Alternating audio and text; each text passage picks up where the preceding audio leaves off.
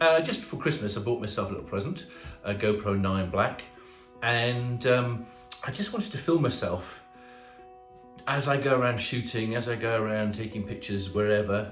So you have to excuse it for the moment. This is the first one. Still not used to it, or how to set it up, as in what looks best or not. So this is just really a test. I went one Sunday with a friend Stan. We went to a little fishing village in the north part of Zealand, about an hour and 40 minutes from Copenhagen. And it's a fishing village called Gilleleje. I think that's how you pronounce it. I have to apologise to anybody Danish watching. But anyway, it's a beautiful little fishing village, very old, and lots of things to take pictures of, lots of nice little boats and dockyards, and so it was really great to take the camera up there. So yeah, enjoy, and give me some feedback.